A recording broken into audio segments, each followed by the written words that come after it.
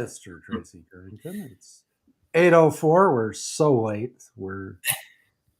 The tech Yes, issues are sir. kicking our butt over the Yes, past. and I'm glad it looks like we've got some of them figured out this morning. So good morning, Paul, and good morning, everyone else. Welcome to Pivot Point Live. Welcome. Okay, so what are we doing today? I just popped on, just got out of bed. No, just kidding. I'm not. We are discussing a very important topic, one that I guess could be misunderstood or not even used. In fact, when I consult with business startups, it's something that they have neglected to collect in their startup phase, and it's the values in business. What do we mean by values in business? What are their purpose? How do we put them together and so forth? So I know you have consulted and coached businesses through this. What is the meaning of values? What do we mean when we say values in business? Well, it is the culture of the business. Mhm. In the ways, a lot of the work we do is around the vision, mission, and values. Having a great mission or a vision is great, and having the way to get there, which is the mission, is good. But if you're not operating under a agreed set of values, you can have misalignments in a lot of areas. Misalignments in the employees that you hire because they don't share the same value system as the company. Yep.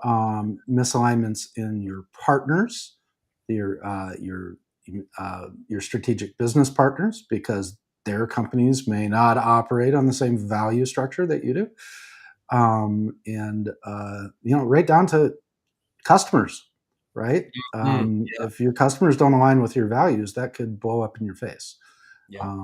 or vice versa. So if you don't align with theirs, a lot on that over the past 3 years, right? five Mhm. years, it's got Yes. 3 to 5 years, pandemic, Uh-huh.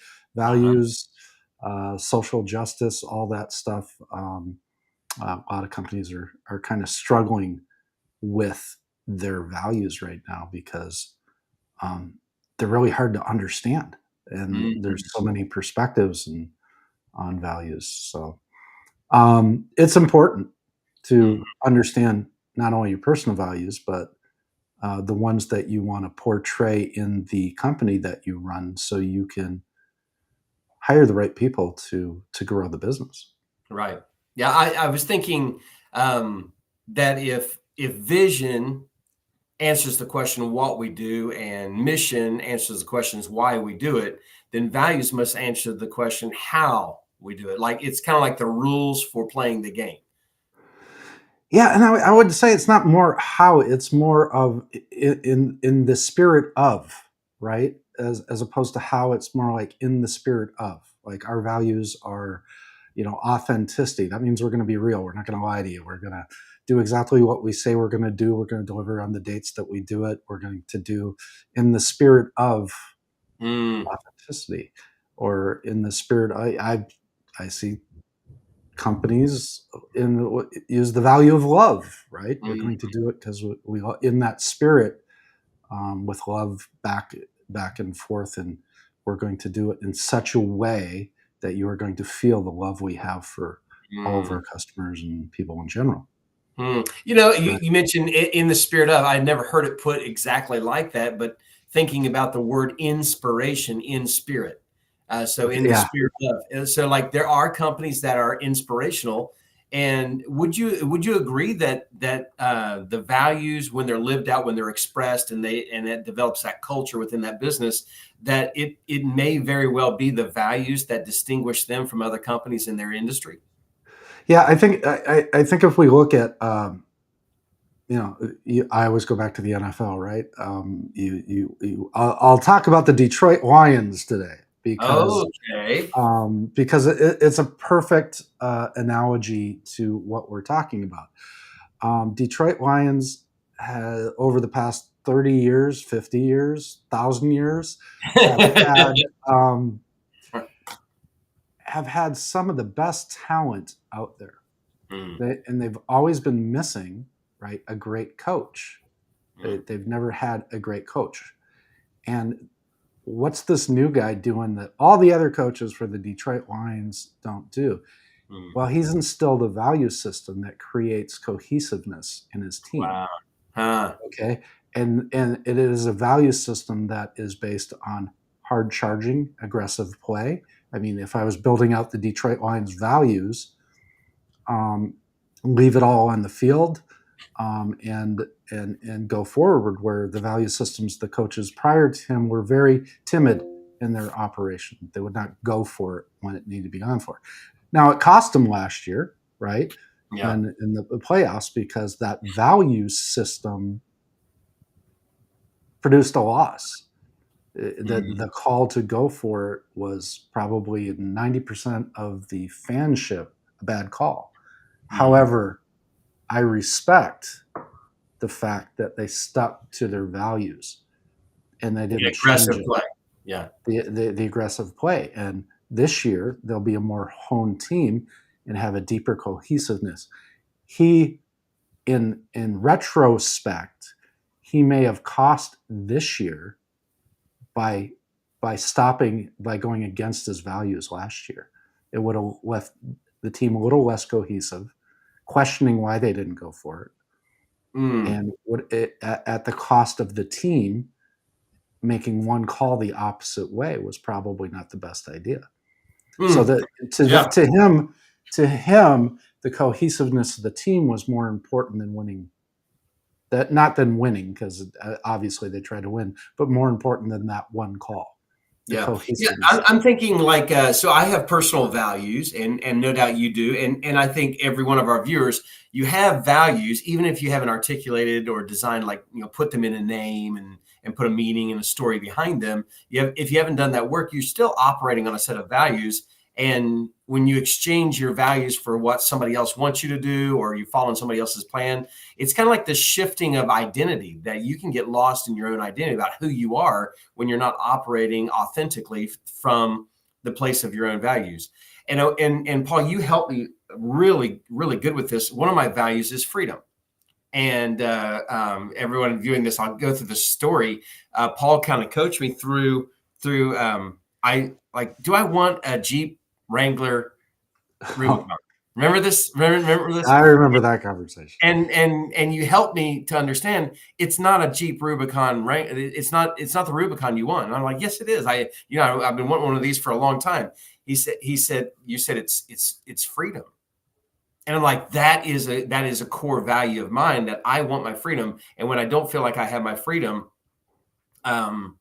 I start to get disenchanted. I start to lose that. And you said, describe what would you do this weekend if you had that Rubicon right now? Well, I on Sunday after services at church, I'd put the top down. Me and my wife would go running around roads. We don't need roads. We got a 4-wheel drive. I mean, like, we can go anywhere. And you're like, and you help me to understand that's coming back. It ties back into your values, because that's how I identify. So my wife was thinking that this was a midlife crisis, when really, in all actuality, I was just being true to my values. That's right. Boom. Couldn't have said that any better. I guess we can hang up the call. I guess so. I mean, like, well, that's kind of like where the rubber meets the road. Yeah, it was such good mentorship. I've shared that story with so many people on the subject of values and identity, just because it was just so good. It was just such an insight. Like, here I was living it, and you were seeing more about my life than I could see at the time. And that's the power of coaching and mentorship in this.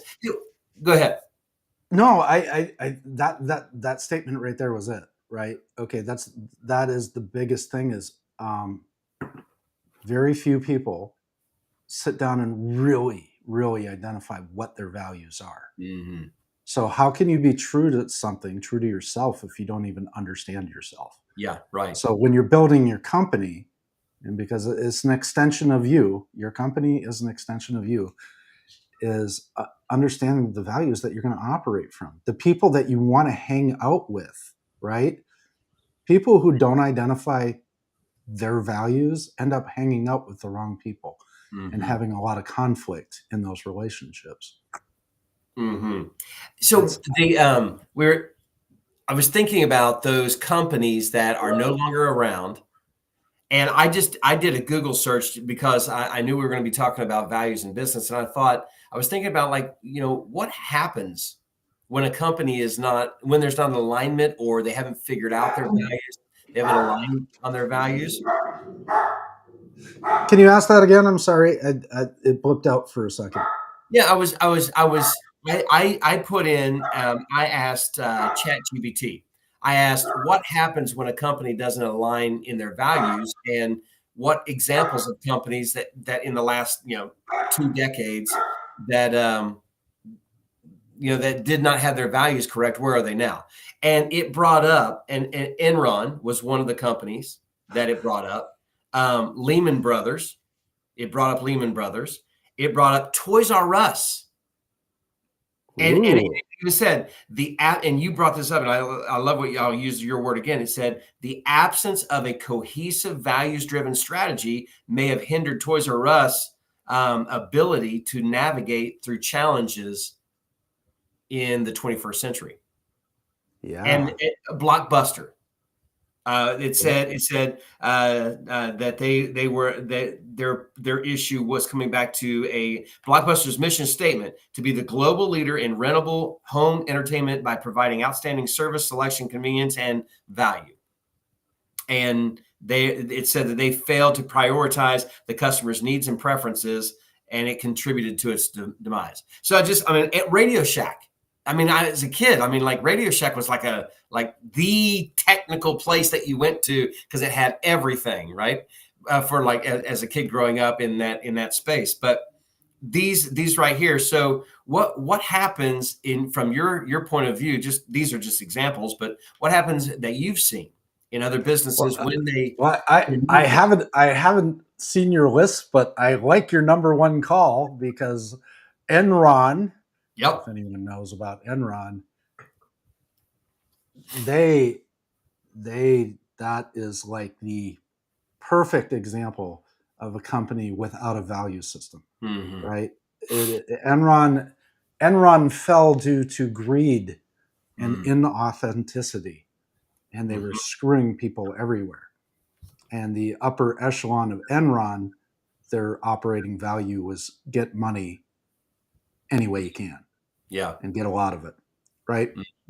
So Enron is a perfect example of, it works for a while, absolutely, but at some point it's going to implode because you don't operate from a value system.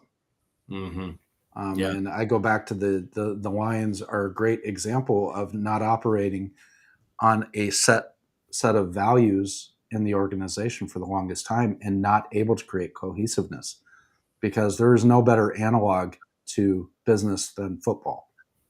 Do you think that is it a matter of like the values? Like they just don't have any values, or they don't have any good values. Like you, and when you mentioned Enron and you said about the greed, I was like, oh man. So one of their values was they valued money and getting it any way they can, like you said. So that was like one of their values. So when they had a lesser quality value, it eventually showed up, and like who they were is what they portrayed. Is it the fact that they don't have great values, or they've never sought them out? They were like missing values, or they had values, but they just weren't operating from a good set of values? Well, so it's interesting you say that. So I will use Pablo Escobar as the example here. He operated in an organization that is still in play today, and they operate from a very specific set of what we would consider very poor values. Yeah. However, they're cohesive in nature, and they're very what's the word I'm looking for? Medieval. Yeah. And very, very harsh. But they work. It's a very successful business, and it's been going longer than both you and I have been alive. Okay, so I would say that it is not the underlying value. It is the cohesiveness wrapped around that set of values that drives the company's operation forward. Yeah. And that is getting groups of people together who have like values, a focus on a vision, and understand the mission, which is the task list to get to that vision, and are all driving towards it, that creates the cohesiveness. And Mhm. that's the reason why I say the NFL is perfect, because the Detroit Lions right now this year is wrapped around a certain set of values. They know what the mission, they know what the checklist is, and they'll train 6 days a week to play 2 hours of football. The vision is the Super Bowl, and it's a perfect analog to business. Yeah. So I'm the coach of the Detroit Lions, or I'm the business owner. Okay, I'm the one responsible for bringing in the talent into the organization. And Yes. so like Stephen Covey has that, operating on the speed of trust, and he defines trust as the perfect blend of character and competency. And then at the end, like, all things being equal, if you can't have you can't really train for, you can train for character, but that's like usually mom and dad, grandma and grandpa, their family dynamic, the school, they've taught and instilled them in character. And so you hire for character and you train for competency is one of the things that you were left to believe at the end of that book. So my question is, when the business owner or those that are responsible for bringing in the talent, Yes. ensuring that they are aligned with the values, to where you don't bring the free agent independent contractor mentality into this cohesive team, or somebody that doesn't operate from those same set of values. What are some strategies that you've seen that help an organization prevent bringing in the wrong team player? Yeah. So, like, the human brain can only see what it's looking for. A Mm, lot of people don't know that, right? You don't that's see everything in the room, yeah. right? There's a lot of data out there, and it can only do it. So when you put together your value system, it allows you to develop some questions in your interview process Yep. that pull the values out of the person. Hmm. The values are a set of optics that allow your brain to focus on what you're looking for. Okay, Hmm. and once you're looking for it in the interview and you're intentional about it, it's not hard to find people that don't align from a value system. Hmm. Yeah. Having a set of values that you're clear that you're hiring, like partnering with people with, and hiring your talent will Mhm. it will decrease your risk in those situations by at least 60%. Mm. Ah, I never heard it put like that so succinctly, as a set of optics. That's beautiful. I've always called it a filter. Like, so, if you didn't know what you're looking for, how would you know that you found it? I mean, and so, like, these are the quality. What qualities do you want in your business? What kind of team players do you want? And we're back ending these people in, and then, like you said, I couldn't agree more. You're building from your interview script. You're building into that. What are the questions? So if dependability is one of your values, that, or reliability, or whatever it is, that you're peppering in that conversation, a question about, hey, dependability is important for any business. If they're going to be successful, people need to show up when they've been scheduled for a shift. What do you think might be a reason for somebody not to show up? It's kind of like a back way, like they say, oh, maybe a family member came in and I just couldn't make it because I don't get to see my family very much. Like, well, okay, that's not a good reason for you not to show up. Like, then the old school would say, like, oh man, I mean, if I'm scheduled for a shift, I'm showing up, because I mean, like, I've just been trained, like, there's no reason, no good excuse for you not to show up for a shift. And then Yep. probably somewhere in between, there's somebody that says, well, I think, like, I mean, like, if I'm kind of like, if I'm contagious, or I've got COVID, I've got, like, some kind of sickness, I don't want to spread to somebody else. And then I'll just call in and let you guys know that I'm sick. Like, okay, that it's answering your question about where their values are on the side of dependability, because that's important to you. And So, also you can check, right? That's where you go to the references, and you start looking. As long as you've got real business references, oh, that's good too. Yeah. you can use that, and have certain checksums Mm, along your interview process to mm. ensure that you're getting what you're great. you know? Oh, I think we just dropped down and touched on a subject we're going to have to come circle back on in another episode about the interview process and hiring for your team and stuff like that. Values is just such a big one because Yep. it got my mind thinking on so many other things in the hiring process that would serve our audience. So bringing in the wrong player is something that we've been touching on. When you bring in the wrong player and you discover, how quickly does it take to discover, I've made a hiring mistake because of the values. Yeah. Hire slow, fire fast, right? Yeah. You So start once seeing behaviors right right. away that don't align with the values, you should have your red flags up. Mhm. You made a mistake somewhere in your interview process. Mm. And honestly, if there's alignment with all the values, you're not going to see that, Mm. right? If you're hiring towards your values, you're very rarely going to see it. If you have the right set of values, the things that are important to you in your business, in the business, and you're hiring based on that filter for you, set of optics for me, then like I said, it's going to decrease your risk of the wrong hire substantially.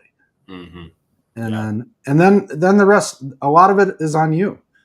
Do you have, getting off into a different subject area, but do you have the right onboarding process? Mhm. Are you training properly to bring them in? Are you giving them the ability to be competent in the quickest, most efficient way possible? Mm. I'm glad you said that because like our minds are in sync here thinking about like, oh man, interviewing, onboarding. I mean, those are some great topics to bring in the right talent into your organization. And of course, one of those big components of that is going to be, are they a value fit? Are we like-minded? Are we like value? Yeah. I will tell you that in my experience, this is not a study that I've seen, but my experience, 90% of people, bad hires, people not working out are actually the owner of the business's fault. Mm. It is in either it's not hiring to a value scenario and trying to fill a seat, so Yep. that adds to a quick turnover scenario, Oh man, um, absolutely. or it is a incomplete onboarding process and training process. Mm. There's something missing. Oh, okay. We got to say that that's got to be said again because you said, okay, so there's a lot of companies that are dealing with like, hey, just a revolving door around here. And you Oh just yeah, added two huge components of that like when you're hiring for a seat, like, well, I got to have somebody. And you just bring them in and just like, you're hired, like just because they walked in with your poster says help wanted, you're like, you're hired. And now you don't even know who that person is. And so you got this quick turnover, right? Because they hired for a position when they didn't know that they were a right value fit. And then what was the second thing that you said? the second thing was you have an incomplete or ineffective onboarding process, Yeah. right? Incomplete. This is where we get back into documentation, right? Why do we document processes? Well, it's so that we can be efficient and effective when we bring people on. Mm-hmm. The words that make me tear up the most in the world is, yes, I just hired them and I'm going to have them shadow me Ah, for the yeah. next 2 weeks. Yeah. You're saying that you do not have a process for training. You have no process for training. You don't have any accompanying materials to take home and study and train and be effective, and you don't have an effective training process. So you are taking what could take 30 days and making it last 6 months. Yeah. Right. And And then by the way, by that time, you have to realize the other side of this. There are feelings involved here. mm-hmm. Okay. And if you have an employee that's been with you for 6 months and does not feel competent at his job, Yep. they will question why they are there. That's exactly right. Absolutely. I would not want to work in any organization that for 3 weeks in a row, what am I doing? I don't even know what I'm supposed to do. And then as I'm driving into work, I'm thinking, I always feel so awkward. I feel so weird. I'm not adding anything. I don't even, and of course we could go into this direct. We won't do it here, I guess. But like, when you don't know, why, like I know what I'm doing, but I don't know why. What are we trying to do here? What are we like? And of course, that goes back to the mission about, why we're involved here. And I know what I'm doing, but I just don't know why. I mean, like, what are we trying to get accomplished for the world? How is this improving everything? It's just me about coming in, getting a paycheck and moving on. Right. Exactly. Yeah. So the Paul, just real quick, what is some of the, is there a company that you look at in the world today that's like, they've got this figured out as far as the right values in business, and as a result, you see, they're successful, or they're growing, they've been around for a while, or whatever, or they are evolving. Have you seen that? Is there a company? Oh yeah, there's company. One of the gentlemen I like most wrapped around this. His name's Howard Schultz. Yeah, and he absolutely. was the CEO of Starbucks. Right. Yep. He's done some amazing thing to build cohesive teams internally. I mean, we're paying a lot for a cup of coffee, so I hope he's doing something with it, right? Yeah.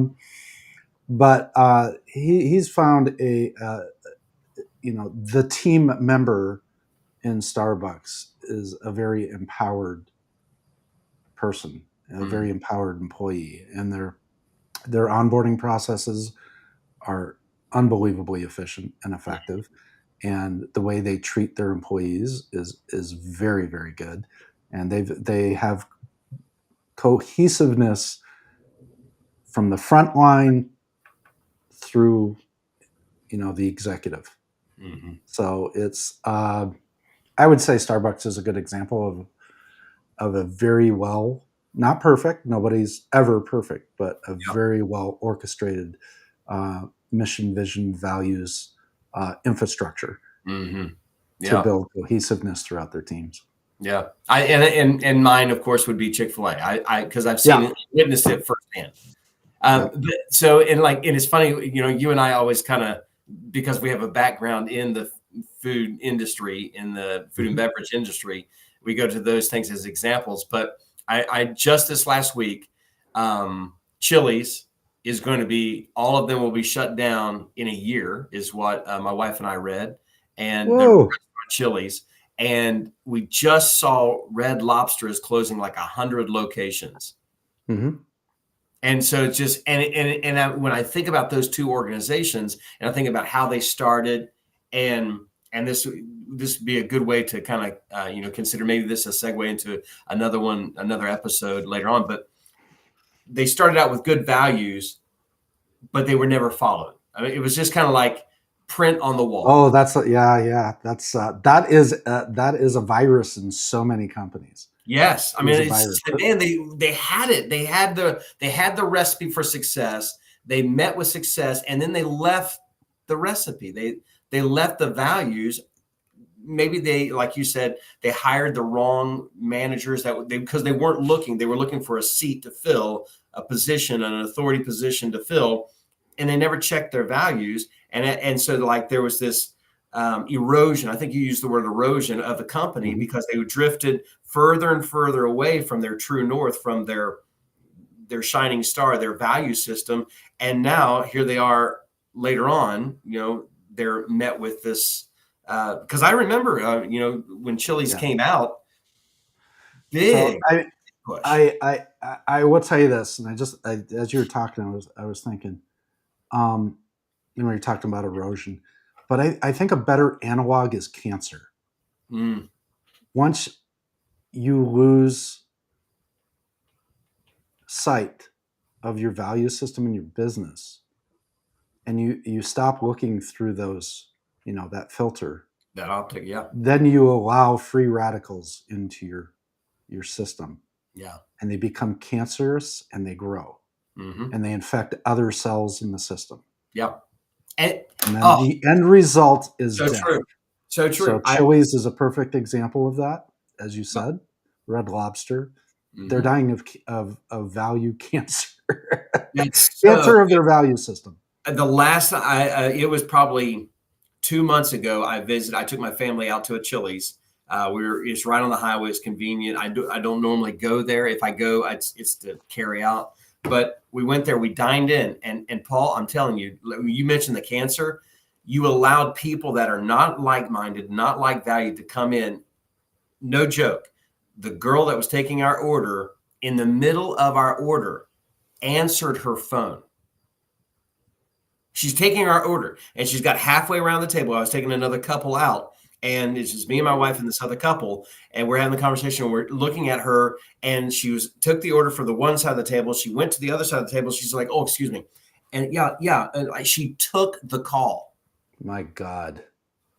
in front of us, and then like it was like her boyfriend or whatever. I mean, like, and you can hear she kind of stepped away and like that can't. I mean, like, if that is the quality of people, then you have totally divorced yourself from. I mean, like you're covered in cancer.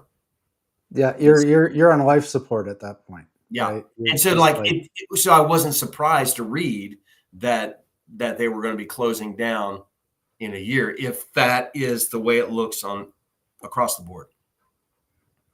And once you make that announcement, that's it, right? Yeah. It's like the employees see that why Yep. do Oh they man. care? And Oh, you're so true. So I mean, that's I mean, I know for a fact because there's somebody I'm working with who does the interview, and like, oh, they used to work at Chili's, or they left Chili's. The writing was on the wall. We're going to be closing down. The announcement was given to the team. Some of you are going to be here for the whole haul. Some of you are going to have to let go, and so we're just going to give you that heads up. And so it's a sinking ship. And what happens? People jump. Yep. And so, like, there's already two that I know of that have come to the same company from one restaurant to another simply because they knew that this one was going to be shutting down. Mm-hmm. And Mm. hopefully those two are not infected, right? Yeah, yeah, So, yeah. Hopefully, the person that's girl hired, leaving it the with the person cell that's doing the hiring should be looking through the eyeglass of values. phone. Otherwise, That you'll bring will that cancer into That'll your. bring that cancer into your business, right? It spreads. Mhm. It's metastasized, Yeah, and now it's jumping to other bodies. yeah. So I don't It's a think that we problem. could. You mentioned at the very start of this episode that they are so critical, or I think you used the word important. They're so important to a business. And we're kind of closing out this episode with the reason they're so important to this. It could cost you your business. Long term, yes, absolutely. And the thing is that, like cancer, it can operate in your business without you knowing it. Hmm. If you're misaligned on your values, your business may flourish Mm-hmm. for a Right. couple of years, And and run. then the cancer takes hold. It Yeah. takes over, right? It's just And like it it's, truly is cancer, right? oh It man. comes in, it sits quietly, it builds itself up, it infects other cells quietly, and then the system starts breaking down because it's so overwhelmed with counter intention. Man, if we were more dramatic, if we were looking to appeal to our audience through dramatic appeal, we could have titled this episode "The Autopsy of a Dead Business." Oh, we can do that. That's a good name. I know, you're like, okay, why did they die? And you're looking for the reasons and everything. There was cancer. It was cancer. Yep. Yeah.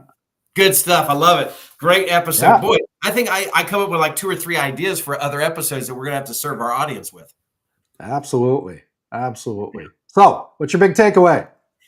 The big takeaway was a set of optics. I love that analogy. When you mentioned that, I was like, oh, that's a great way. I mean, it's kind of like, oh, I have an astigmatism in both eyes. And so like when I don't have my glasses on and I'm trying to read, all the letters play piggyback with each other. So it's like it's Mhm. all blurred together. So, but when I have the right values in my business, now I can see clearly. I know I mean. Everything is connected. When you said Yeah. set of optics, I was like, man, that's a much better one than just a filter. A filter doesn't let some of the rubbish come in. Anything that passes through the filter is not pure. So I was thinking about a value system as being a filter. I like the set of optics. So that's a big takeaway for me. For you? I think after this conversation, it just reinstilled the massive importance of operating your business through a set of values. Mhm. because we kind of went knee deep into why it's cancerous. Yeah. And I think that's a big takeaway. I've never used the term cancer for this before, but the more I think about it, the more it fits, because not being clear, not having that sub optics allows you to bring carcinogens into your company, and it And you are creates now that an cancer. unhealthy environment. You have an unhealthy environment. So I think my big takeaway is a brand new metaphor that I'm going to use more often as I'm talking with people about their businesses, and kind of a new um, a new appreciation for values Yeah. in your business and understanding you and the business. Love it. Love it. Excellent stuff. Well, thank you, Paul. I look forward to meeting with you next week on Pivot Point Live. Next week, same time. We'll talk to you Yes, sir. later. All right. Have a Take care. great week, everyone.